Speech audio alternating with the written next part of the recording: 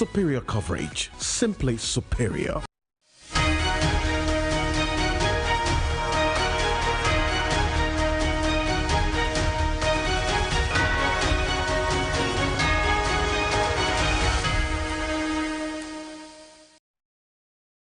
Hello, good evening to you. Welcome. This is Ghana Tonight. We're live on news at Desawe Kanda, also live on TV Ghana on Facebook, DSTV channel 279. We're all across the world on 3news.com.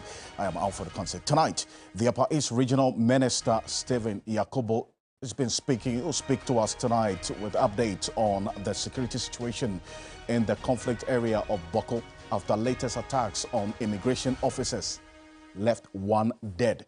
Stay with us. We'll get updates from the Upper East Regional Minister on Ghana Tonight. Who is to blame for the economic woes of this country, the leaders or the followers? We continue the conversation started on the maiden edition of the Economic Sustainability Summit held earlier today. Professor Stephen Adey joins us together with Daniel Yao Domelevo. We'll have a conversation on this matter tonight. Also, the school feeding program is in dire straits in some parts of the country as caterers threaten strike over monies the government owes them. Tonight, we delve into the issues. Stay with us. Let's hear from you. As always, you're an integral part of the conversation. The hashtag we're using is Ghana Tonight on Facebook and Twitter. Let's get talking. This issue that never goes away with school feeding caterers who are owed. What's the video that we have a copy of? They turned up at the Ashanti Regional Minister's office. He just snapped them. He says what they did was illegal. How about the concern of the traders as well? That's what we're going to be focusing on tonight in the school feeding program itself. Stay with us. Let's get into Ghana Briefs.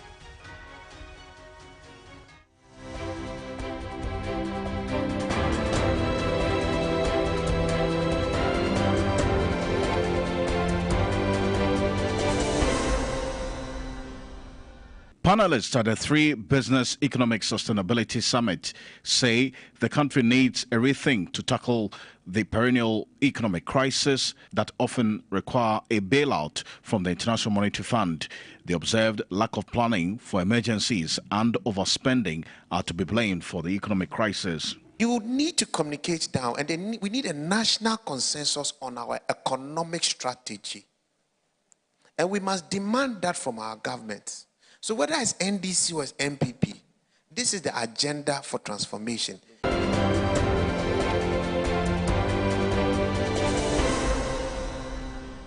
Participants at the just ended Three Business Sustainability Summit want government to use the tax policy to grow the private sector in order to create an enabling environment.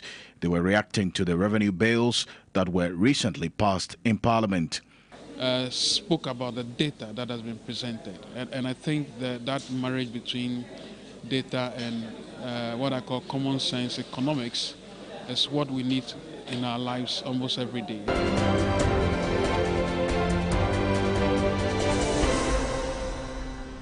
The National Council of the New Patriotic Party says it will not allow any division within the party. This comes after concerns of unfairness following the party's statement barring national, regional and constituency executives and MMDCs from contesting sitting members of parliament in the party's parliamentary primaries.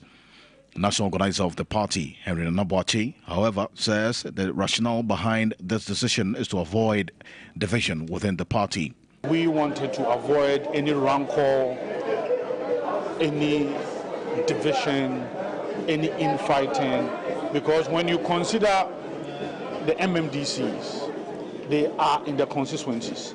They even manage the MP's common fund.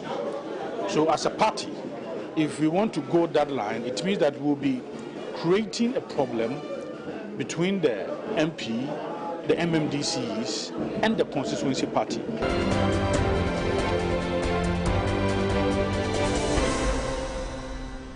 Two organized labor unions insist the payroll monitoring by the Fair Wages and Salaries Commission is a complete waste of government funds and resources. The Health Services Workers Union and the Coalition of Concerned Teachers Ghana say it is a duplication of functions as similar exercises have already been conducted by the Finance Ministry and the Controller and Accountant General's Department.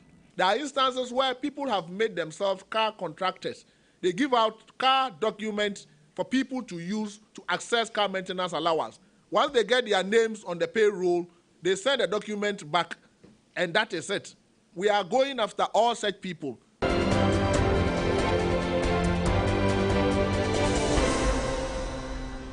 The Member of Parliament for Boko Central and the attacks on immigration officers stationed at Boko area leading to the death of one of the officers, Assistant Inspector Philip Mote, stationed at Miziga, Lawrence Afari, stationed at Kulungungu, and Eric Ayidia, stationed at Polimakom border post, were attacked by unknown gunmen Monday evening.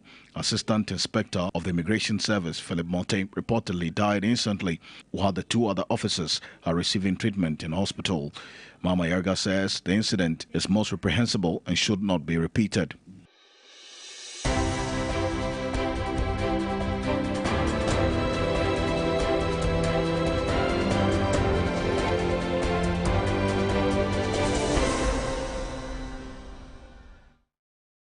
The caterers declared a strike starting May 16 to demand full payment of arrears covering some 68 working days. They indicated strongly that they will only cook if government pays them their arrears in full. Since embarking on this strike more than 5 weeks ago, the impact has been great on schools in the rural areas.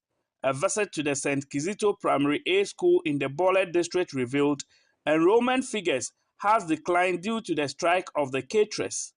Though school authorities declined speaking with the news team on camera, they admitted enrollment figures has declined.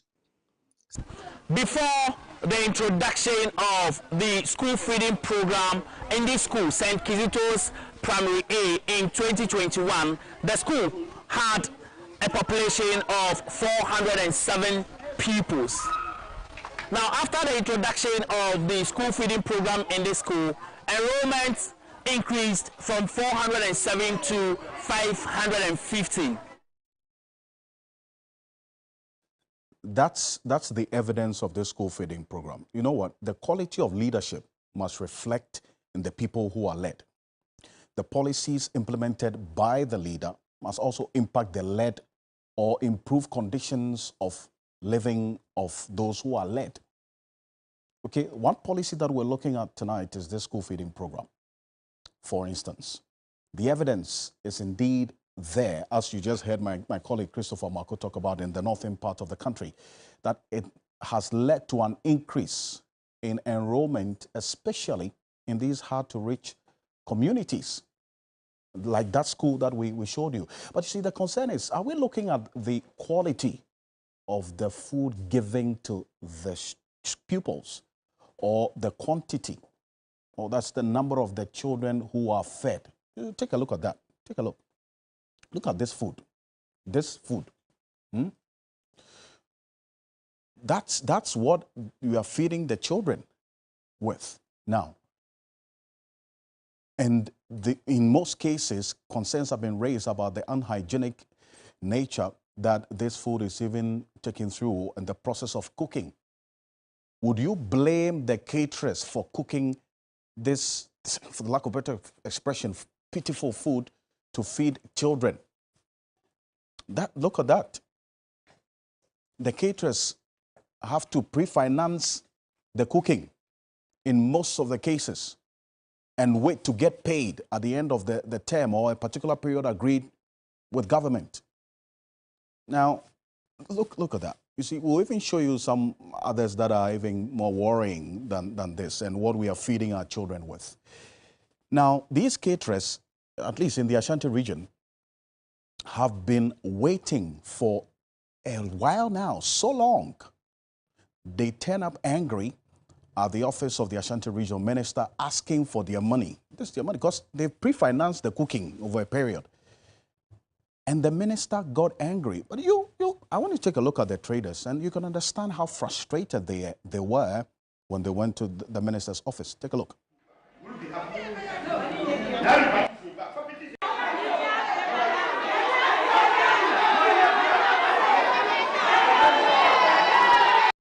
Okay.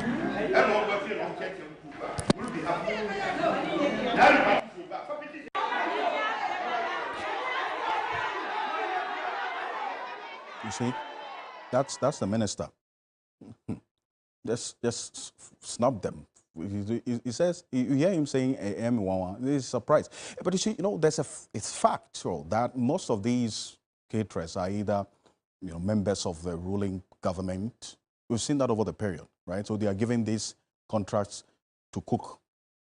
And so when they pre-finance it, they're expecting that because they are party folks, they should understand the state of the economy and keep quiet. Look, some of the caterers went for loans to cook. The interest is building and would possibly erode their profits on this cooking, this school feeding that they are in. Because look, they are also in business. So the minister who is upset and the leadership of this country, will they allow their children to eat the kind of food that we are feeding other people with? Bear in mind that leadership don't rule this country with their resources. It is the resources that we give to them. So the people deserve better. That's why the caterers are demanding an increase from the poultry. I mean, what can you cook with 97 pesos? 97 pesos per child. And we're happy, like everybody's going about their business like there's really nothing wrong. They're even asking that they should be given 3 cedis per child, 3 cedis. Even that, the caterers are making sacrifices because look at the increase in the price of food items over the period. We have seen increasing amount of money allocated to the school feeding program and the corruption as well that has been unearthed in that area over the period.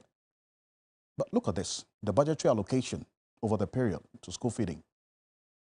In 2020, you see this. And even though this is captured in these figures in the budget, and this we found in all the budgets presented by the finance minister, I'm going to show you because we have quotations of the finance minister to these figures. Now, allocation, I must underscore this, does not necessarily mean disbursement. So in a number of cases, even though this money has been stated there, it either doesn't come on time or the full amount is not even released to these caterers, but yet they have to cook. They have to cook to feed the children. Look at that, 969 million in 2023. That's an increase against 2022 of 881 million, 488.8 million in 2021, in 2020, 400. So every year you see an increase in the allocation. So question is, why are these school feeding caterers not being paid on time? Or why have they not been paid all this while and yet they still have to cook for their children? Because of how it's contributing to enrollment as well. So if the minister is frustrated about the frustrations of the caterers, think about the loans that they have gone to take. Think about how that is also impacting on their lives as well. That's the reality of the situation, okay? Over the years, this is it. And the number of schools that this has impacted. Look at that. The number of beneficiaries in 2022, a little over 3.6 million children. 2021, a little over 3.4 million. So every time when there's an increase in allocation to school feeding, also impacts on the number of children who are benefiting.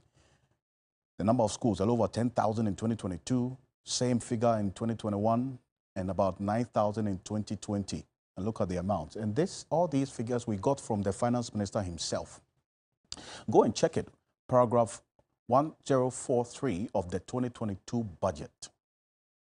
It's quoted here. Mr. Speaker, the Ghana School Feeding Program fed a little over 3.4 million pupils in a little over 10,800 public basic schools with one hot nutritional meal every school-going day in 2021. You see, this is mentioned there, but never talk about the quality of the meal that they are fed with. Don't you see that? And even though we've seen the figures go up in terms of allocation, when it comes to the international benchmark of that UNESCO has even set for Africa, we are the lowest.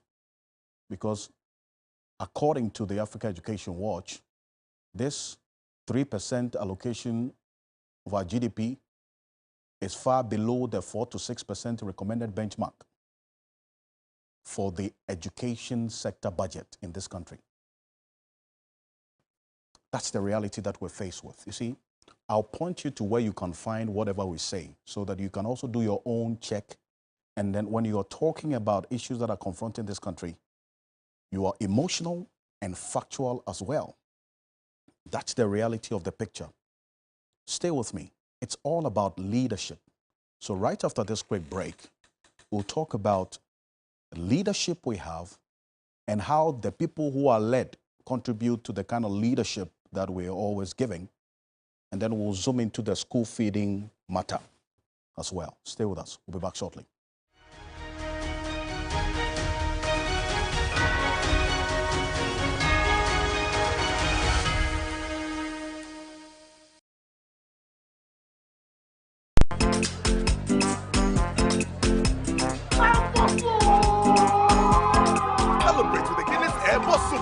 From today, win your share of over 3 million Ghana cedis worth of prizes whenever you buy a bottle of Guinness, Star, or Origin.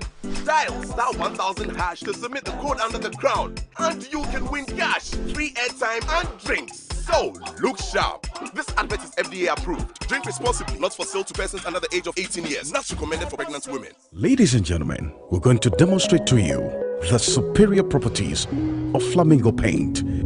As compared to other paint brands on the market, we take equal quantities of Flamingo paint and this ordinary paint. We then dilute them with water. And now, let the test begin. The gentleman on the left is going to apply the ordinary paint, and the gentleman on my right will use the Flamingo superior paint. As you can clearly see, Flamingo has the obvious better hiding. Furthermore, Flamingo has painted a much larger area. You know, one bucket of Flamingo paint is equal to several buckets of any other paint brand on the market. Flamingo paint is made with superior formulation to give superior durability, superior hiding, superior coverage. Flamingo paint, simply superior. Everybody knows Acrobato. And if you know Acrobato, it means you know M-Punch Homeopathy Clinic. M-Punch Homeopathy Clinic is my pillar. Let's hear what others are saying about M-Punch Homeopathy Clinic. Who will be careful M-Punch one? Chesena me ankasa me period no say problems wom tina ma wo ho idea ma me papa chesena nya asem ketewa na mkwan point no mo hwe me mogya mu no mo hwe bibia na so mo meduro me fae no ene ma won kra mienu kofro kwa na mkwan mu a eba head everything yourself me ma me no adwodwo eda ho a wontumi nante ene ne ko end point o mama no nura ene ne ho idea watimi asori anante. That's end point for you of Acrobato. Hello hey ohwehwe what che okay e free bra wo di end point wa dance am me ko ye no me Johnson sema na enkoyie e paso na ma yemre nyina na magina sebema na me no be for there e ho na nyina jaresa. You heard everything. I have secret. M-Punch is my secret. M-Punch Homeopathy Clinic. I'm free. D ajejede nkrato yatum. At long last, Blue Jays Vodka Mix a market. Blue Jays Vodka Mix, Numbi, a fine. This look, the guys are chilling with Blue Jays Vodka Mix. Wow! Numbi, a tasty. Charlie, Twatinano. Can we join you guys? We are all single. Yeah. I'm fine. Blue Jays Vodka Mix, and we are dead, and we are ham. Feeling room. Enjoy the unique taste of Blue Jays Vodka Mix. Blue Jays Vodka Mix, Numbi, a fine. Blue Jays Vodka Mix. Blue Jays Vodka Mix. Numuni Nyansem, one ton money power in fear don't watch it. And says up in for no.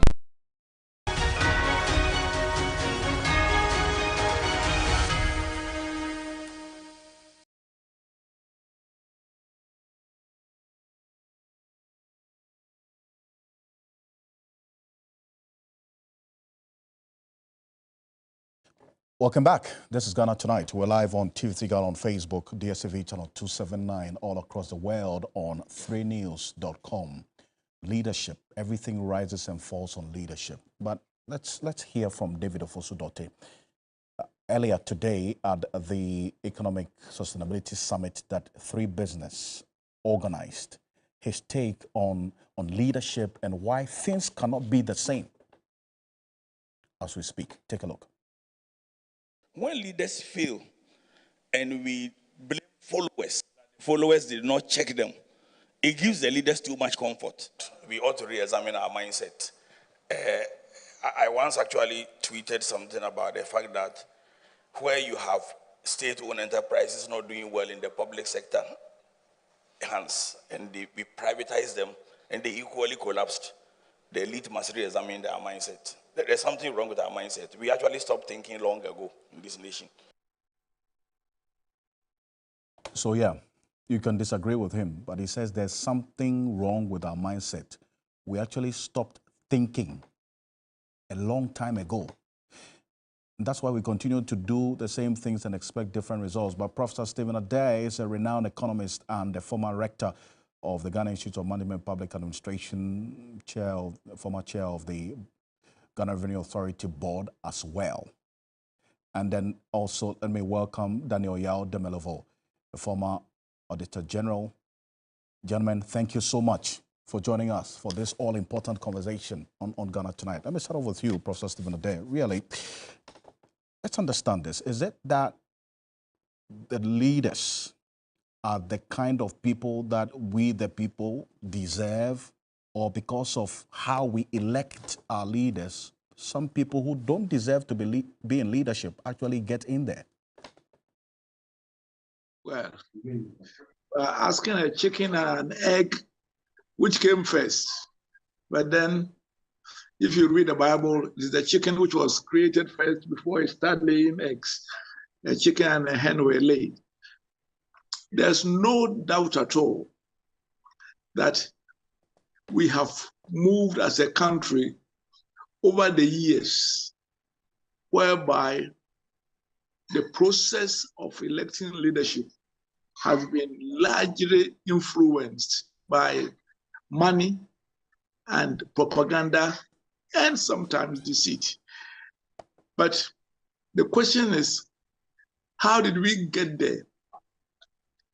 Initially, I think that people were willing to give people the chance on their capabilities. But over time, the politicians have let the people down so much so that it has come to a point whereby the people are saying, hey, let's get our benefits upfront. So the question is whether the leaders create the people or we get the leaders that we deserve. I think it's a symbiotic relationship.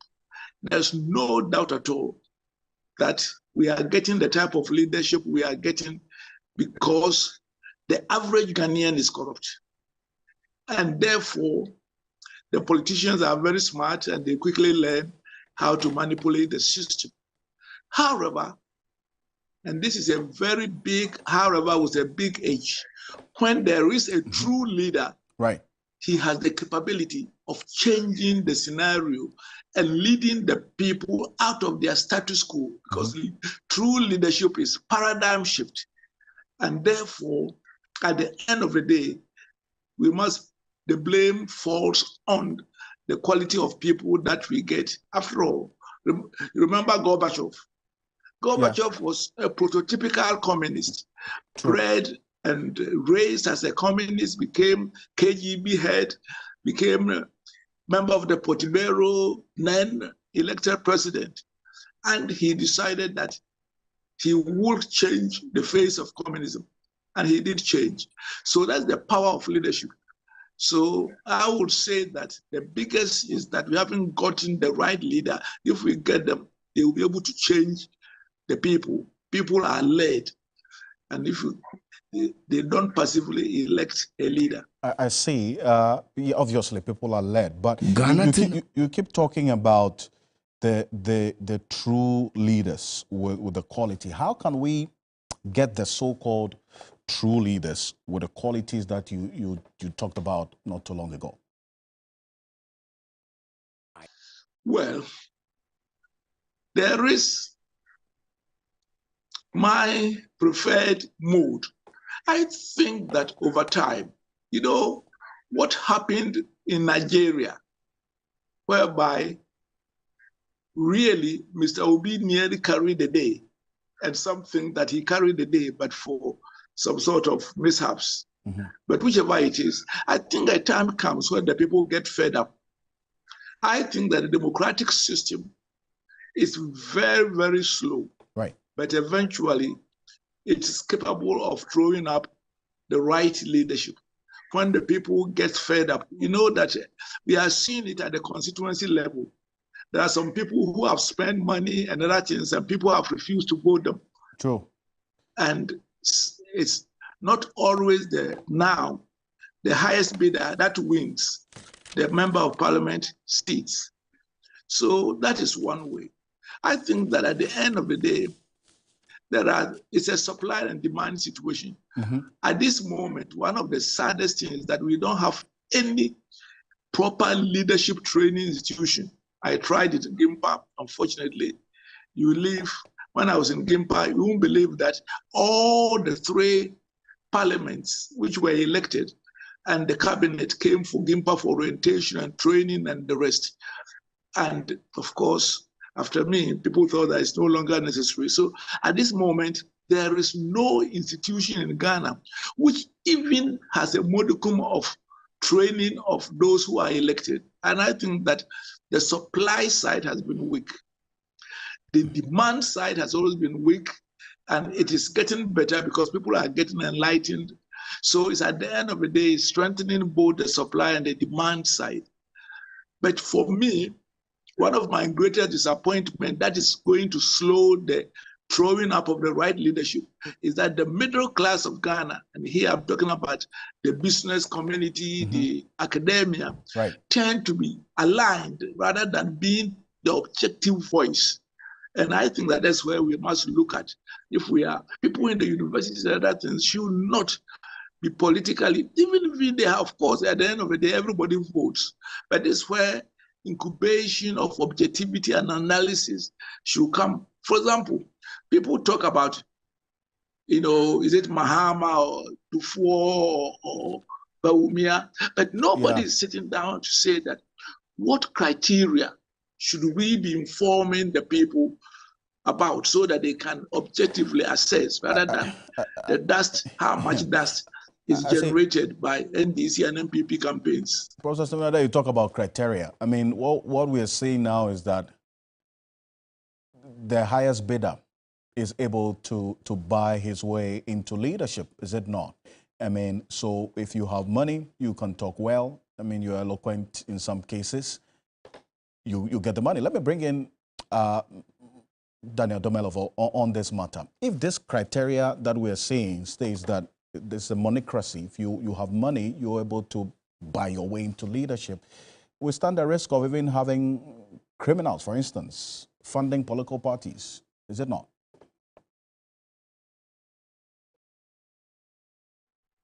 Why would they not? Because these are people who knows that if a right-thinking and an upright party leader or party is in leadership, they may not have room to operate because illegal mining should not be allowed and some type of trades should not be allowed. So the best thing for them to do is to invest in who becomes the head of the country. Absolutely. And that is the reason why at times it beats you and I, our minds. Why some laws cannot be enforced is because we don't know who pays the piper. And the one who pays the piper is the one who causes the tune. So that is how dangerous it is. And I think the earlier Electoral Commission wakes up, the better it is for us. Otherwise, we may have criminals, people who we would like to run away from, rather putting leadership in place. The leaders themselves may not be criminals, but immediately they are funded by these criminals, they are within the control. Like I said earlier on, the one who pays the piper causes the tune. And so if he tells you that, look away, don't fight Galamsey, pretend you are fighting Galamsey, that is what is going to happen. We say, don't do this, just pretend that you are doing something, that is going to happen. So I think that having clarity on that, transparency and accountability on who is funding who, so to come into, even in the public sector, when we want to address corruption, we must understand who brought you into office, because we see so many contracts going to a particular entity or person. Some people have so many contracts. They almost win all contracts, and these contracts don't even go through any what do you call it, competitive process. How do they get it? So if we get the sources of funding these political activities, it may give all of us a better understanding why Daniel is winning all these contracts. When people in public office, when people in authority know that they will get away with offense, they will commit it every day. They will gamble with our money every day. It is only when they know that you can't get away with it. I've been telling colleagues in some of the international financial institutions, I said, look, guys, you are not able to gamble with the money of World Bank, IMF, etc., because there's no way you will get away with even $1. You know it. You will be found out, and they will do whatever it takes to collect that money from you and make sure they have nothing to do with you ever again. So you will not dare to misuse their monies. But when people in public office, they take or misuse money, and at times what you even hear from the leadership is like condoning that crime, and or they don't even see it as anything. It becomes only offense only when the person is perceived as a political enemy. True. And I think we are not going to get there. So we need to reach a point where there must be consequences for misuse of public funds. The consequences, and as to whether there's any form of deterrent. But Professor Stephen Ade, you earlier mentioned that the average Ghanaian is corrupt. What exactly do you mean? What I'm saying is that they are willing to be induced by money. And I think that it's not that people say it's poverty. I says, no, our parents were poorer, but they will not sow their conscience. I think over time they have been conditioned. And, you know, I'm a rural person, so I go to my village quite often. And I know that during the last elections, especially, it was people getting, say, 32-inch television and 1,000. That determined who became the NPP parliamentary candidate. And then equivalent goes. And so the people are now almost seeing it as the cocoa season for them when there's elections. That is why they get so angry when the parliamentarians and the party people decide that some people should go unopposed. The people on the ground get angry, the party people, not so much of the fact that they don't like the person, but they think that they are being denied the ability to extort money from the candidates. That's what I'm talking about. I'm talking about the average party member is just in the money, have become part of the monocracy. It's the leaders who have let us down, because if you're a leader, you must be willing to take your people above a certain threshold. But they are, look, let us bribe our way, we become MPs, and then for 4 years at least, we are going to enjoy. You see, and reap our.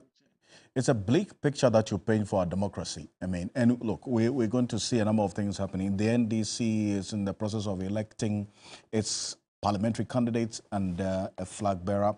The NPP has also just announced its roadmap for their own elections. So you talk about the cocoa season for the delegates. The mindset is that when the leaders get there, they forget about them, so they have to also milk them. But you see, it all amounts to this case of corruption that we're talking about. Mr. Domolevo, finally, if things continue this way, we will ever win the war or the fight against corruption in this country? Let me say that in years back, I read from our constitution, if I'm not mistaken, I think Article 25 or 26A or 8 or something of that nature, which provides, no, 36 rather, which provides for eradication of corruption. So I was repeating it everywhere. But nowadays, I talk about reduction of corruption, because I've come to realize and accept that corruption is not going to go away anytime soon. We may not win the fight completely against corruption, just like diseases. But shall we ever dare to say we will stop fighting diseases? We will all die. It's the same with corruption. If we decide that it's enough, we will not fight corruption anymore. It will take all of us, and we shall go. So the cost of fighting corruption is by far lower than the cost of not fighting corruption. So we cannot help than to continue fighting. It is like any crime. It has been with us since Adam. The fact that people will continue stealing does not mean the police should not do their work.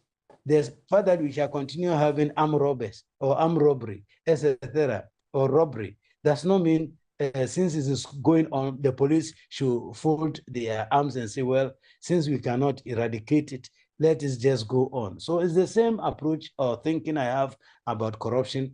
Corruption is not going to be eradicated today or tomorrow, but then we must not give up fighting it. But because look at it, even when we are fighting it, see how it's biting us. So come to think about when we give up and say, no, we will not fight corruption anymore, I think we will be doomed. Well, and that's the reality of the situation that you have just pointed out to us if things don't change. I thank you so much, gentlemen, for your time and indeed your thoughts on this very important issue. Daniel Yao Demolovo is a former Auditor General of the Republic of Ghana, and to you as well, Professor Stephen Adey, a former chair of the Ghana Revenue Authority Board and also former rector of GIMPA, many other things that he's done. Thank you, gentlemen, for your time. And for you out there as well, you have a say in this leadership conversation. We have a number of you who sent us comments, which we will get into as we go on the show. But we're following this quite closely. An immigration officer stationed in Boko in the Upper East region has been shot dead by unknown gunmen on Monday evening. That was yesterday. 2 other officers are currently on admission at the Boko Presbyterian Hospital and the Tamale Teaching Hospital receiving treatment for gunshot wounds. That's what we're learning right now. And so we want to give you just a quick update on this even before we get into this school feeding conversation. The Honorable Stephen Yakubu is the Upper East Regional Minister. Let's go on to the telephone. Thank you for your time. You're chair of this Regional Security Council. What briefing have you received about this incident? Well, yes. As you might have heard, yes, one unfortunately passed on.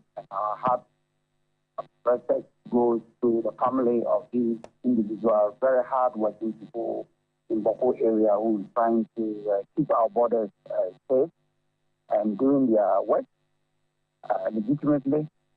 But the other 2 who were hit, one is in Tamale Hospital, and then one is in Borga Hospital. So this is what we have. I see. But can you tell us, I mean, I'm talking about the briefing that you received. What exactly happened? Well, yes. These 3 individuals came to town. One is from Kolukungu, one is from the other one is from the Kuziga area, and then one is from the Boko area. So they were in Mopti. They came in their private car to eat and then to go back. So when they finished eating, and then they were going back. And that is when these unfortunate things happened. Along stretch that has been notoriously,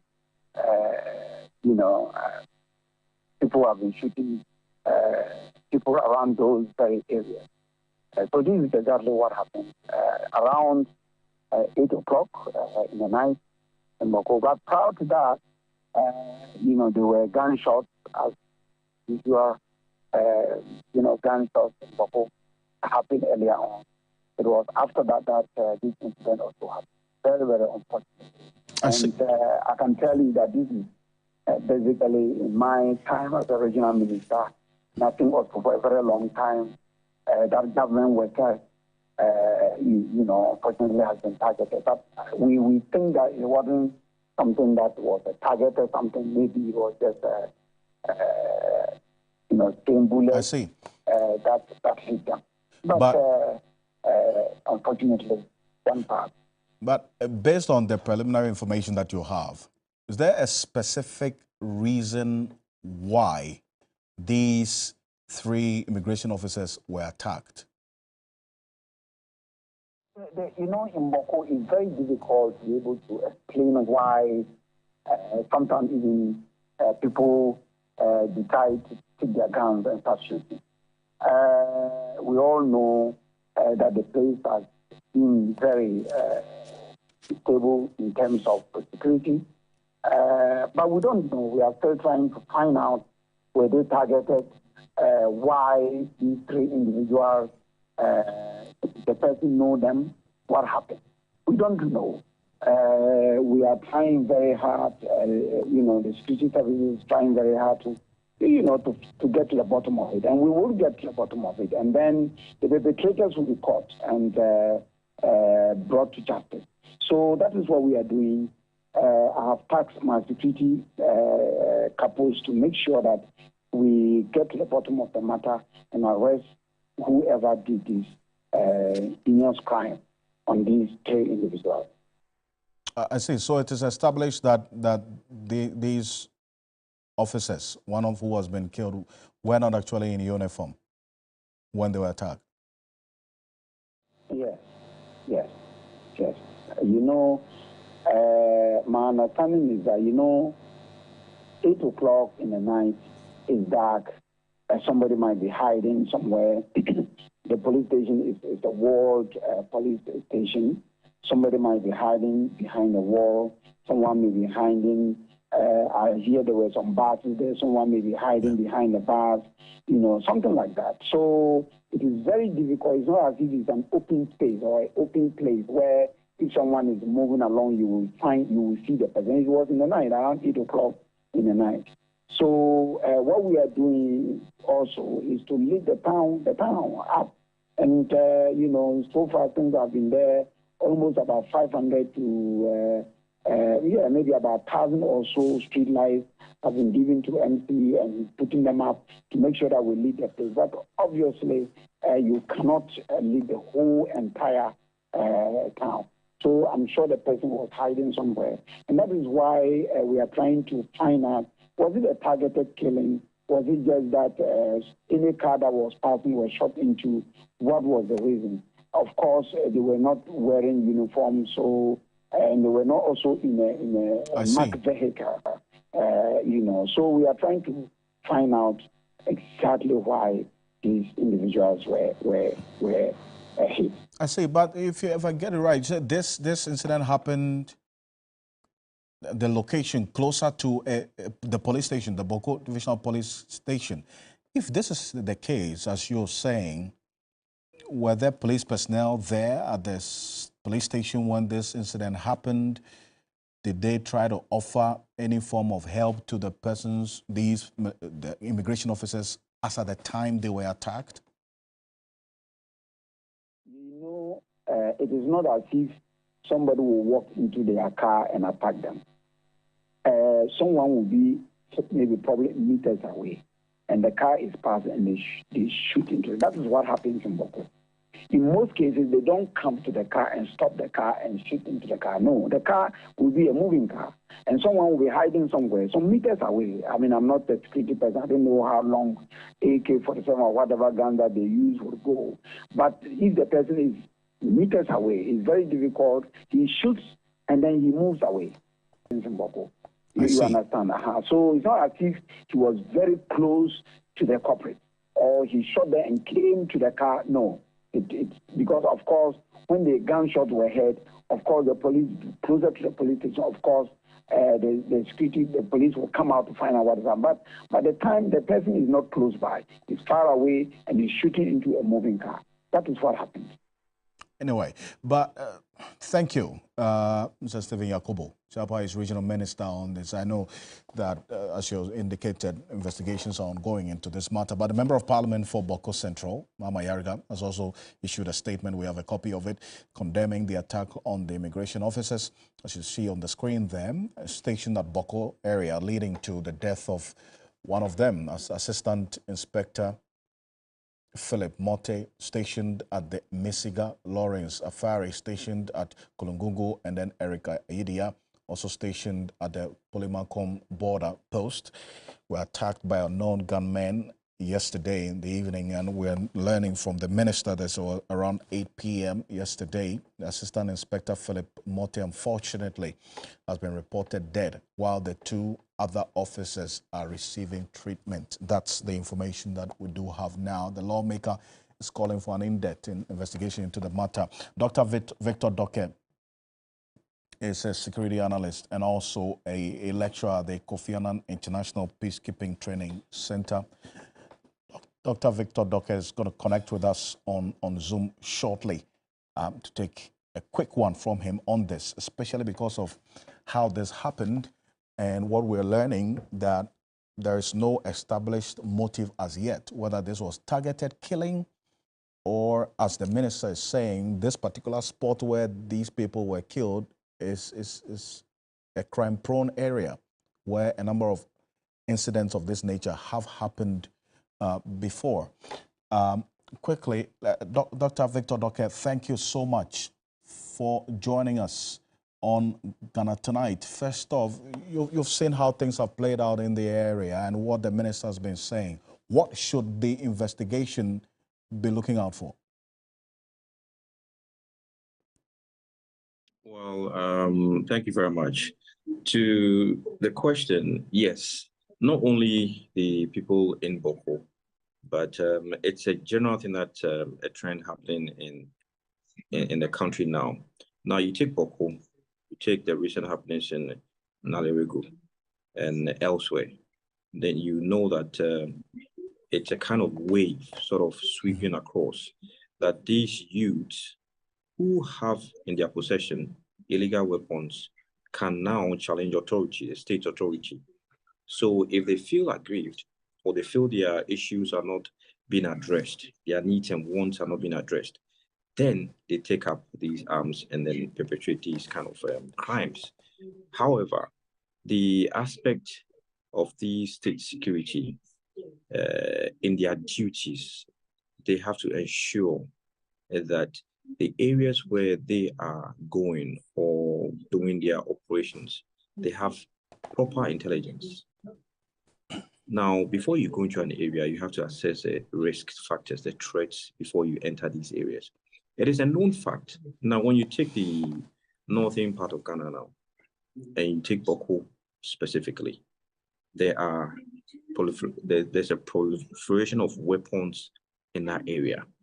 So you need to be very careful as a security personnel or a group working for the state to either be keeping the peace or in working towards resolution of any other conflict. So the youth have now become emboldened because, you know, when you have a weapon, it signifies power and authority. And so they can now go out, whether in groups or individuals, engage in sporadic shootings just to announce or send out their grievances. And that's always a sign for these state security personnel to also pick up and then also prevent these acts from happening. Now, the other issue we can look at is how can we put in early warning systems? It seems our early warning systems to detect these kind of activities are not prompt or apt. I see. Now, Dr. Doke, I'll ask that you put your video on for me, because we're not seeing you. But there are some who say the attack on the immigration officers, who in a way are also obviously are security officers, may be a targeted attack. And even though the minister did not say this, he indicated that they are actually investigating to establish exactly what happened. In your view, taking into consideration all of these possible factors, what should the investigation process be taking into consideration now that we understand that this actually is being investigated by the Regional Security Council, as the minister has indicated, and also taking into consideration what has happened previously, as well. Want to find out from you your thoughts on this particular issue that is going forward.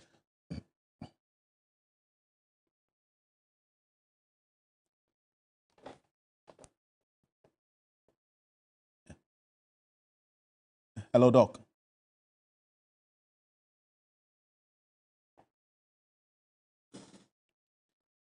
Doc, if you can hear me, I mean, there's those who say that the attack on the immigration officers, in a way, may be as a result of how the alleged killing of some civilians in February was managed. I mean, to what extent could there be a linkage in those two events? There's no justification for these youths to now attack the state security personnel. You know what the law states about that. It's just criminal. You cannot. But however, there are some grievances on the part of these youths. I mean, some of them have their relatives who have been victims, innocently roped in these kind of activities. So they are aggrieved. Now, the issue happens. What do we do as an institution, be it from the state, civil society, or the community? We just go in, send military personnel, separate the two factions from clashing, and then that's it. We see Parliamentary Select Committee on Defense go in, speak, minister goes in and speaks, and then the substantive issues are not tackled. There are grievances on either parts, i.e. the youth specifically, because they carry out these activities. So we need to address all outstanding issues for people now to be satisfied that their issues are addressed. Otherwise, we'll have people who are aggrieved. People will retaliate in the future. No matter how long it takes, they will retaliate. And they will still have incidences, isolated incidences such as attacks on either sides. But there's no justification for any youth or group of youth to now attack the state institution or state personnel because they may have fell victim or their relatives have fell victim to the attacks that happened. There's no justification. The way forward is just about engagement. We do not have the sustained engagement happening. We only put in ad hoc, temporal, what they call the direct prevention measures that addresses just imminent, immediate threats or armed violence. And then we leave the issues at that. If we were to have sustained engagements going forward, there is a standardized procedure where issues are being dealt with. We'll see how things play out in the coming days on this. But Dr. thank you so much for your time on Ghana Tonight. And this is an issue that we're staying the steam on in the coming days. But another issue that we started this whole show with tonight, this conversation, is the school feeding program.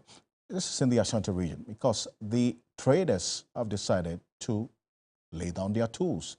And guess what? Who are the receiving end of this? Children. This is what happened. We cooked 2020 for the COVID food. They paid some, they didn't pay some. We lamented a lot, it didn't reach anywhere. And now we've also cooked 3 terms. They only paid 1. And even that one, they didn't pay the full amount. Meanwhile, we all bear witness to last year, how food prices went up. They didn't consider us. Waiting for the next payment and the increment as well. And we also want to hear from our gender ministry. What is the new development? What are they going to tell us? What are we expecting? What should we expect? So without that, I don't think we'll cook. Legitimate concerns, but when they went to the minister's office, this was his reaction. Take a look.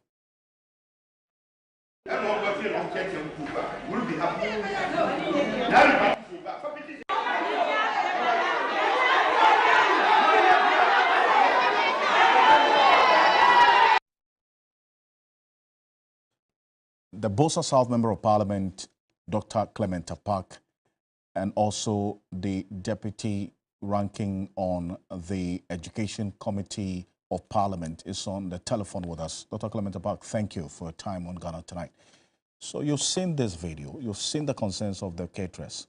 What would the committee, as a member, would you recommend be done so that the caterers get their money? Well, first of all, let me say good evening to you and good evening to viewers. And to indicate that only last week, I had a question filed to the Minister for Gender, Children and Social Protection on the school feeding program as far as Busa South is concerned. And the reason why I filed the question was precisely because of some of these occurrences. Now, with specific references to the video you showed and what occasioned the caterers to go to the premises of the Regional Coordinating Council with the intent of expressing their displeasure to the minister and with the hope of getting some resolution, my opinion is this. Government has decided to pay lip service to some of the most important social interventions that we all know ought to receive the utmost attention. The caterers, by and large, are drawn from the MPP, but even so, it is not right and it is not fair to have them continue to prepare meals several times without getting paid. Many of them have taken loans, and in fact, their creditors are pursuing them. But Alfred, is it not surprising that year in, year out, government would list the school feeding program under government flagship programs? And for this year in question, a whopping 969 million has been allocated, and yet these women are not being paid. It is not just even the issue of the arrears, but how do we expect anyone to be able to perform magic by preparing a decent meal with an amount of 97 pesos? Is it even enough to prepare food for a pet cat or a pet dog?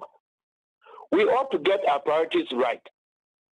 So whilst it is the case that the school feeding program is actually housed under the auspices of the Ministry of Gender, Children and Social Protection, the Committee on Education has an interest, and I have a personal interest in its functionality.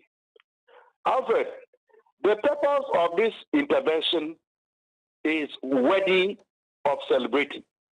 The intervention is supposed to prevent short-term starvation, and by doing so, it also enhances enrollment figures and retains the students in the about 15,000 public basic schools in the country.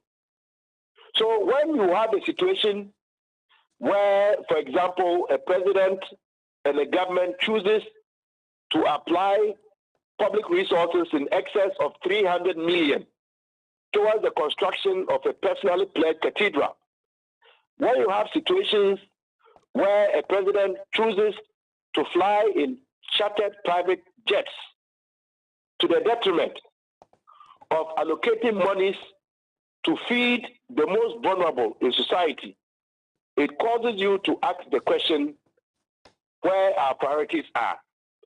And this is not a matter that should be left to the politicians alone. All Ghanaians must weigh in, because this is the future of the nation, and we are jeopardizing it by not applying the resources to the most vulnerable. You said it right.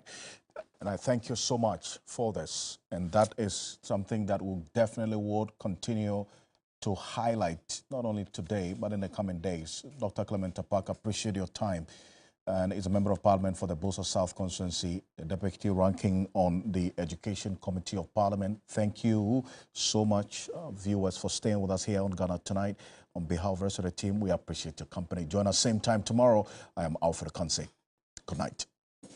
Ghana Tonight is brought to you by Flamingo Paint. Superior durability, superior hiding, superior coverage, simply superior.